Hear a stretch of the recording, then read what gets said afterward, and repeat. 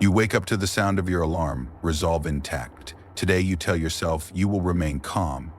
Yet within the first hour, the world begins to test that resolve. A driver swerves aggressively in front of you, cutting you off without warning. You catch their brief glance in the rearview mirror, a shrug of indifference, and feel the irritation rising in your chest. At work, a colleague makes a careless remark during a meeting. You replay the comment in your mind long after it is spoken. The words echo, gnawing at your focus, and a slow tension settles in your shoulders. On social media, a stranger mocks an opinion you shared hours ago. You feel compelled to respond, yet the impulse brings only unease. Every small disturbance accumulates. Each moment chips away at the calm you promised yourself. By midday, the pattern repeats. Emails arrive with errors that need correcting. Messages go unanswered, leaving you questioning your own effectiveness. A friend cancels plans at the last minute, disrupting your schedule. The mind grows weary, as though each minor annoyance carries the weight of a larger burden. The day feels less like a sequence of tasks and more like a battlefield of small, relentless irritations. Even simple routines, the coffee you sip, the walk between meetings, or the brief moments of quiet, are overshadowed by the constant pool of distractions. Your body reacts first, tightened chest, faster heartbeat, a low hum of frustration beneath your thoughts. You notice the subtle erosion of patience, the creeping suspicion that nothing is under your control. And yet, nearly 2,000 years ago, Marcus Aurelius recognized the same human condition. He wrote to himself about the mind's ability to remain steady, even when the world presses and provokes.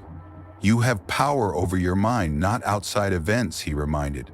Though the challenges of your day are small in comparison to an empire in turmoil, the question remains the same: how can you maintain composure when interruptions and provocations surround you? If Marcus Aurelius could confront threats, betrayals, and the chaos of an entire empire while keeping his mind centered, how might he meet the ordinary disruptions you face today? Can the steady mind exist amidst the minor irritations, the constant nudges that pull at your attention, and the endless sequence of small annoyances? The situation is familiar, immediate, and pressing. The day continues.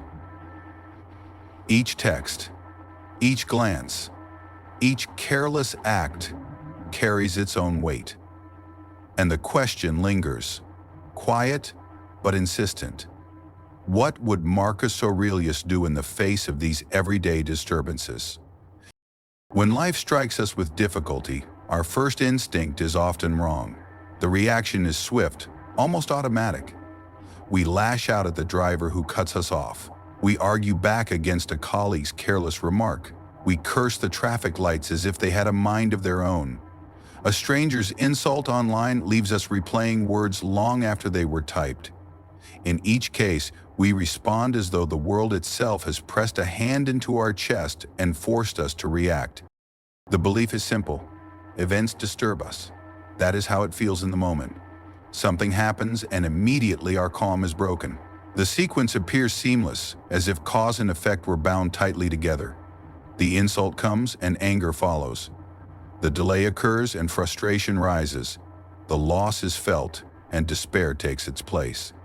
The mind rarely pauses to question whether these things are linked by necessity or if something else lies hidden in between. Marcus Aurelius saw this illusion with clarity. In Meditations, he recorded a reminder to himself. If you are distressed by anything external, the pain is not due to the thing itself, but to your estimate of it. These words point toward a fault line running through our perception. We think the wound is delivered by the event. In truth, the wound appears when we place our own weight upon it. The insult by itself is only sound. The delay is only the passing of time. The loss is only change. But in our daily lives, these bare facts rarely appear to us as such. We mix them with our judgments until the two can no longer be separated. The event and our story about the event become fused, and the result feels unshakable. We speak in the language of necessity. They made me angry. This ruined my day. That destroyed me. Yet behind these declarations lies a choice unrecognized. The words reveal how completely we confuse what happens with what it means. And once the two are merged, the mind experiences no distance at all. To Marcus Aurelius, this merging was the root of turmoil. For him, the distinction between what occurs and what we think about what occurs was sharp, but fragile, easily lost in the heat of living. The gap is small, yet decisive. Lose it, and the world seems to hold mastery over us. Keep it, and events appear in their raw form, stripped of decoration. This is the place where disturbance begins, not in the insult, not in the delay, not in the loss, but in the silent, unnoticed fusion between fact and judgment. Beneath every flare of anger or wave of despair lies a deeper root, our attachment to how we think life should unfold. The disturbance does not begin in the event itself, but in the silent assumptions we carry. The mind constructs a private script, often unnoticed, about how life must comply. Traffic should move quickly. Colleagues should value our contributions. Loved ones should always offer support. Plans should progress smoothly from beginning to end. When reality steps outside this script, the mind erupts, not because of the event itself, but because expectation has been violated. Marcus Aurelius recognized this tendency in himself and noted how strong its grip could be. In Meditations, he wrote, "You have power over your mind. Discard your misperceptions." He saw that the root of turmoil was not the insult, not the delay, not the betrayal, but the picture in our minds of how things ought to be. Once the imagined picture breaks, the disturbance rises. One cause lies in habit. From childhood, people grow accustomed to comfort, praise, and order. We experience approval and begin to believe it should always be present. We enjoy stability and start to demand that it never change. Habits of ease crystallize into expectations, and expectation transforms into entitlement. The world, however, makes no promises. When life fails to deliver, the mind feels cheated, even though no agreement was ever made. Another cause lies in comparison. We measure ourselves against others and imagine their lives free of difficulty. Social ties, family expectations, and public opinion all reinforce the belief that things should turn out differently for us. When reality diverges from this imagined standard, discontent grows. Marcus observed that envy and comparison distort perception, leading us to suffer more from what we think we lack than from what actually occurs. A further cause lies in the illusion of control. Human beings naturally wish to govern outcomes, to bend circumstances to their will. We confuse influence with mastery, believing our effort entitles us to results. When results fail, we feel robbed. The truth, which Marcus reminded himself daily, is that outcomes lie beyond command. Yet the illusion persists, and each time it breaks, turmoil follows. There is also the cause of memory and repetition. The mind does not let go easily. It replays offenses, relives delays, resurrects betrayals. This rehearsal of pain strengthens expectation, the belief that things should have gone otherwise. What begins as a single disturbance becomes a chain of disturbances, extended by thought. Thus, the deep root of disturbance has many strands. Habit breeds entitlement, comparison breeds envy, the illusion of control breeds frustration, memory breeds repetition. All of them converge on the same point, the belief that life must obey the shape we have imagined for it. Marcus Aurelius uncovered this truth with clarity. The world does not wound us. It is our insistence that the world conform that drives the knife deeper. The knife is within us. It is our bond as Amanda says peace. The knife is within us. It is our bond as Amanda says peace. The knife is within us. What happens if we fail to see this? If we never train the mind, as Marcus did? Then life owns us. Each small offense becomes a chain dragging us down. A careless driver in the morning sets the mood for the entire day. A single negative comment online lingers like poison, shaping every thought that follows. A partner's harsh tone dictates not only the evening, but sometimes casts a shadow over weeks. External events, fleeting by nature, become masters of our inner state. The untrained mind is a puppet, its strings pulled by chance. It does not choose when to move. It jerks in response to whatever tugs hardest. In modern life, this mechanism multiplies. Social media thrives on outrage, feeding off impulsive reaction. Workplaces often reward speed over judgment, teaching people to respond instantly rather than wisely. The flood of information allows little room for silence. We are pushed from one reaction to the next, with no pause in between. The consequences reach deeply into the individual. Anxiety grows because everything appears threatening. A delayed reply becomes a sign of rejection. A rumor becomes a judgment on our worth. Sleep is lost as the mind replays insults or failures that never truly ended. Stress compounds, not from events themselves, but from the constant surrender of control. The body follows the mind, tense shoulders, shallow breath, restless nights.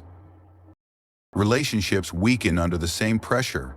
The untrained mind mirrors what it receives. Anger is met with anger, so conflicts escalate.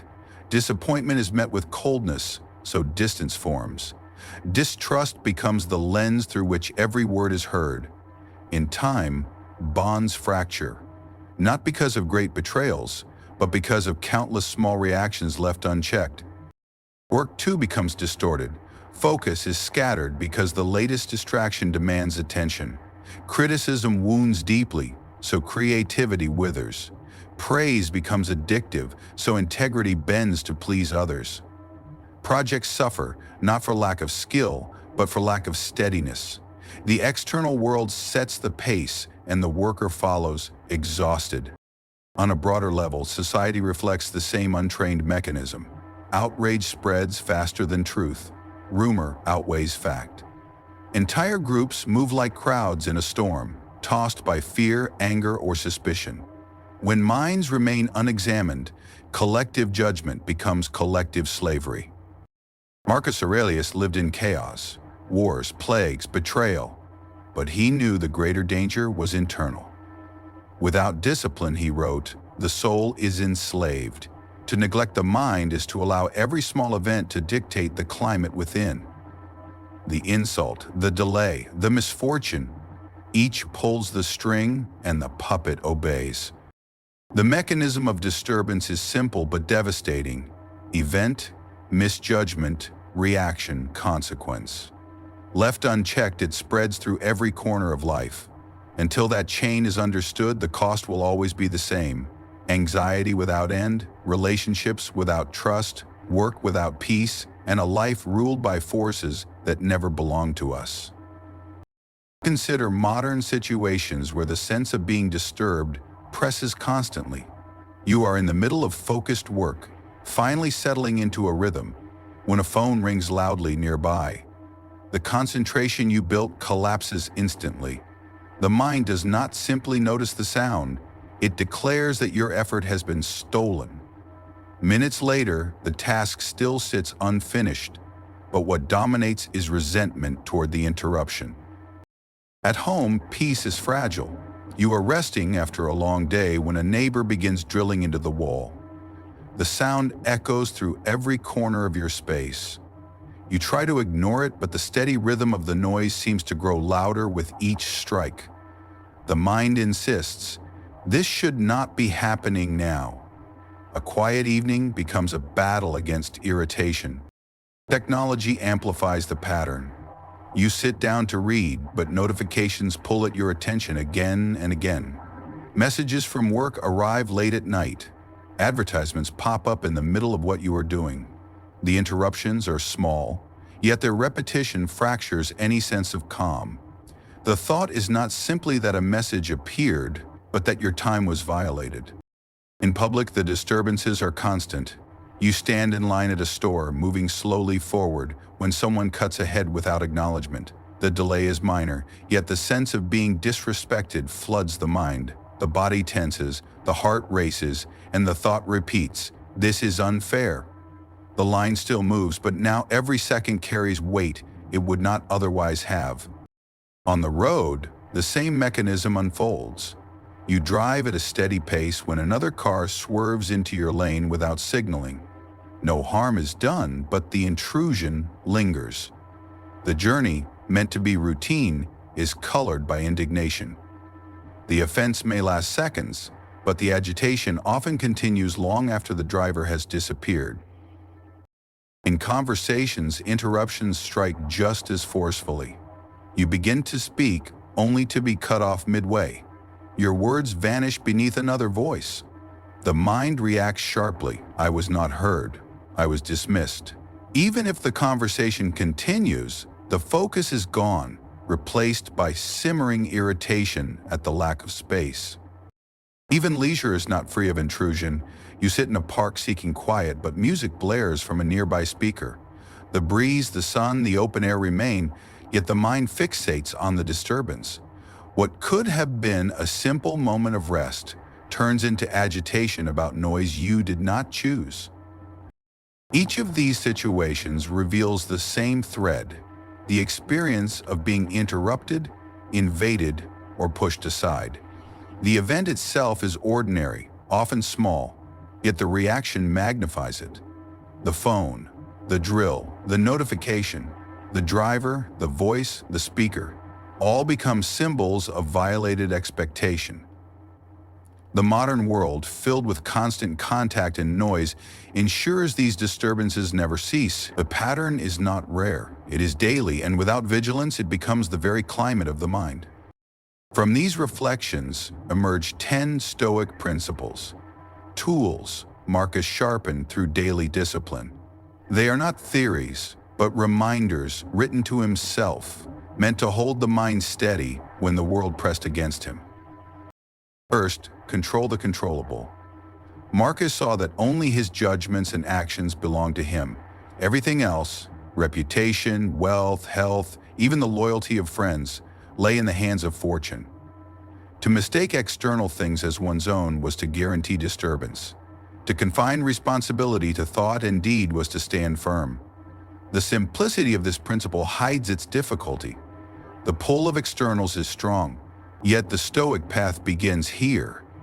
To draw a line between what is ours and what is not, and to hold fast to it. Second, see events as neutral. It is not things that disturb us, but our judgments about them. A storm destroys crops or nourishes fields, depending on perspective. The event itself carries no meaning. The Stoic task is to strip events of the labels of good or bad and see them as bare facts, waiting for reason to decide what response is fitting. This practice demands vigilance, for the mind rushes to label instantly. Neutrality is not indifference, but accuracy, recognizing that facts alone cannot wound. Third, pre-accept adversity. Each morning, Marcus reminded himself, today I will meet with interference, arrogance, ingratitude. To expect difficulty is not cynicism, but clarity. The blow that is foreseen cannot shock. Preparedness robs adversity of its sting, leaving only the work of endurance. The Stoics understood that misfortune surprises us most when we thought ourselves exempt. By rehearsing the likely troubles of the day, Marcus armed his mind with readiness.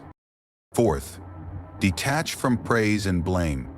Both are judgments from others, unstable and fleeting. To seek praise is to be bound by the crowd. To fear blame is to live as their servant. Marcus insisted that worth lies in acting justly, not in what others declare about it. The opinions of others rise and fall with their own desires and ignorance. To attach one's peace to them is to build on sand. Fifth, live by nature, not opinion. For the Stoics, nature meant reason and justice. A man's task was to act in accord with these, fulfilling his role as a rational and social being. Public opinion might demand flattery, compromise, or vanity, but these were deviations. Nature required steadiness, not popularity. Marcus often reminded himself that what is natural cannot be shameful, and what is shameful cannot be in accordance with nature. Sixth, remember impermanence.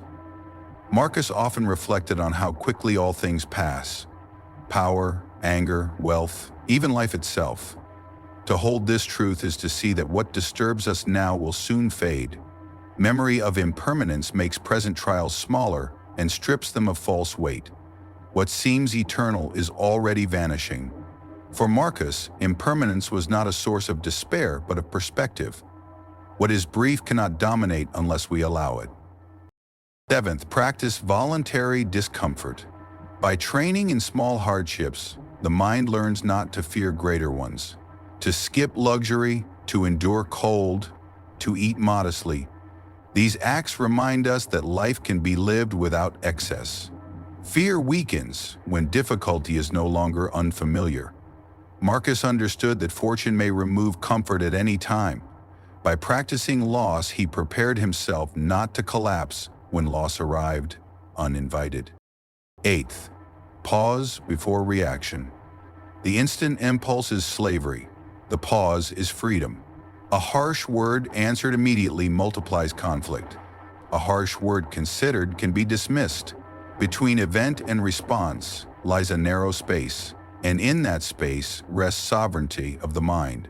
The discipline of pausing is simple in form, but difficult in practice, for passion urges speed, yet in every pause lies the difference between wisdom and regret.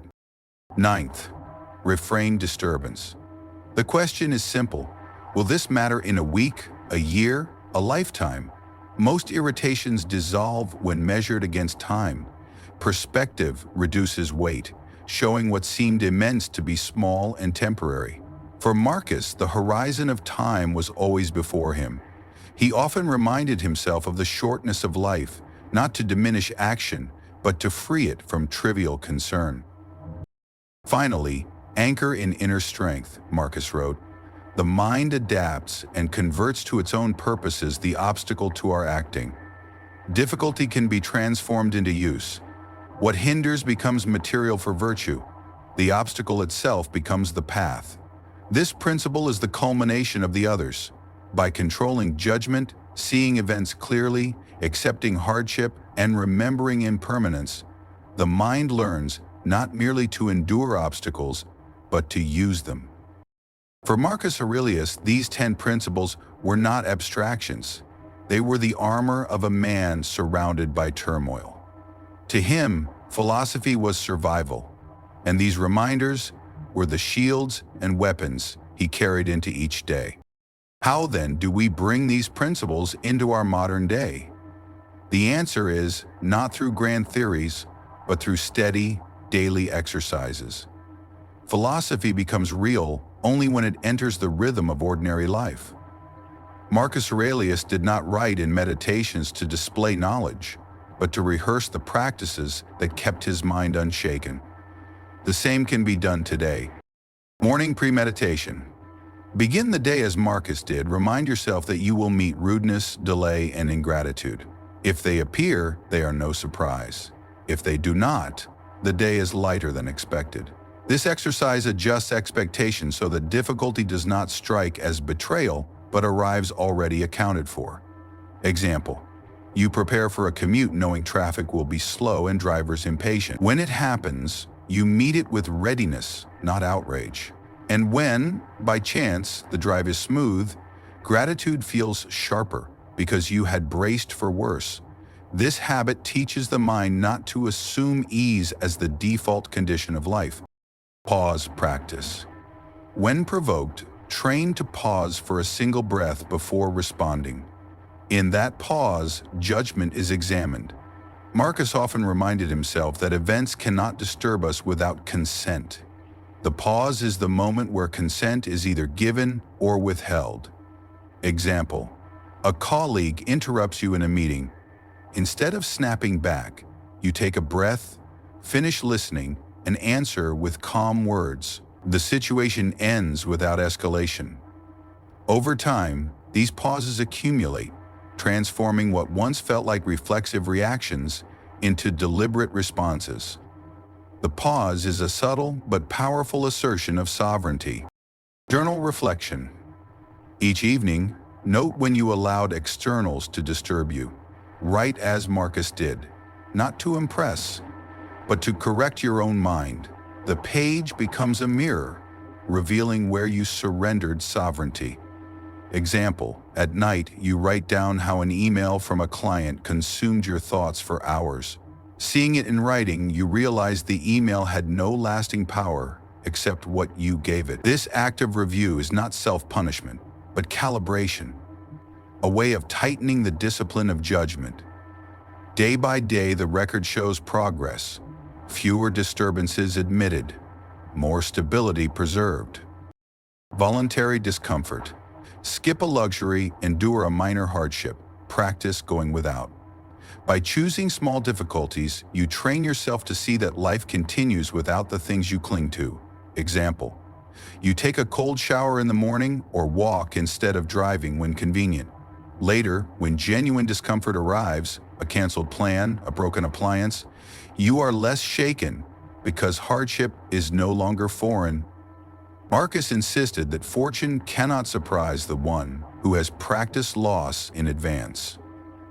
Each act of voluntary hardship lowers dependence on comfort, and with less dependence, freedom expands. Reframing, ask, is this within my control? Will this matter in time? This practice shrinks events to their true size. Example, your delivery arrives late, disrupting dinner. You remind yourself, the food is here, only the schedule shifted. In a week, this delay will not matter. The irritation dissolves when seen through time. Such reframing does not erase the inconvenience, but prevents the mind from inflating it into tragedy. The Stoic discipline is not to deny what happened, but to place it in its proper proportion. Silent dignity. In conflict, choose not to mirror insult. Marcus believed that to echo another's fault is to adopt it yourself. Silence becomes a form of strength. Example, a stranger shouts at you in traffic, you say nothing, continue driving, and arrive home unshaken. The insult passes into air, while your calm remains intact. Dignity here is not weakness, but a refusal to surrender control of the self to another's temper. The test is not whether you silence the other, but whether you silence the impulse within to retaliate in kind. Applied consistently, these practices alter the texture of daily life. Irritations still appear, the rude driver, the harsh colleague, the delayed plan, but their power weakens. The chain that once ran instantly from event to emotion is interrupted by reflection. Each practice inserts space, perspective, and steadiness where before there was only reaction. What begins as deliberate effort gradually becomes habit, and habit becomes character. Marcus Aurelius described the steady mind as a rock against which the waves continually break, but it stands firm and tames the fury of the water around it. The waves never cease, the rock never moves. In the same way, daily exercises do not remove difficulty, but anchor us so that difficulty cannot rule us. Philosophy, lived in this manner, ceases to be abstraction. It becomes a shield carried each day into the world, tested, not in grand gestures, but in the ordinary frictions that would otherwise consume us. Marcus Aurelius faced betrayal, war, plague, and endless demands. Yet he trained his mind so that none of it pierced his inner fortress. His lesson is sharp. Disturbance is optional. The weight of annoyance never lies in the event itself, but in the judgment we attach to it. Judgment is within our command, and that is where freedom begins. Modern life gives us endless chances to test this. A rude driver cuts you off and your body surges with anger. A colleague dismisses your idea and resentment takes hold. A neighbor plays loud music when you need sleep. Each of these moments feels like an invasion, but Marcus would remind us, none of them truly control your peace. Their behavior belongs to them. The only question is whether you hand them your calm or keep it. He leaves us this reminder: choose not to be harmed and you won't feel harmed. Don't feel harmed and you haven't been. This is not denial. It does not mean the noise disappears or the slight is erased. It means you decide how far they enter. You may feel the irritation, but you need not let it rule your mind. The external event is light compared to the weight your judgment gives it. Stoic training works by testing each disturbance. When something irritates you, pause and ask, is this within my control? If not, it belongs to fortune. Will it matter in a week, a year, a lifetime? Almost always the answer is no. And if it will not matter then, why give it power now? This shift shrinks the irritation down to its true size. Marcus lived in a world harsher than ours. Disease in the camp, betrayal in politics, constant war at the empire's borders. Yet he kept his calm by remembering that his judgments were his own fortress. If he could face such weight without surrendering, surely we can face the small irritations of daily life. So the challenge is yours. When the storm of annoyance comes, an insult, a delay, a careless word, pause, breathe, recall Marcus Aurelius. Ask yourself if your peace is worth trading for this moment. Almost always, the answer will be no. Try it once, and you will see. Every time you refuse to hand over your calm, you grow stronger. Every pause builds proof that disturbance has no rule over you. In time, you become what Marcus described, a rock against which the waves continually break, but which stands firm, taming the fury of the water around it. If this lesson resonates with you, share in the comments a situation where you will apply it. Like the video if you found value, subscribe for more Stoic reflections, and ring the bell so you never miss a reminder to practice the art of remaining untouchable.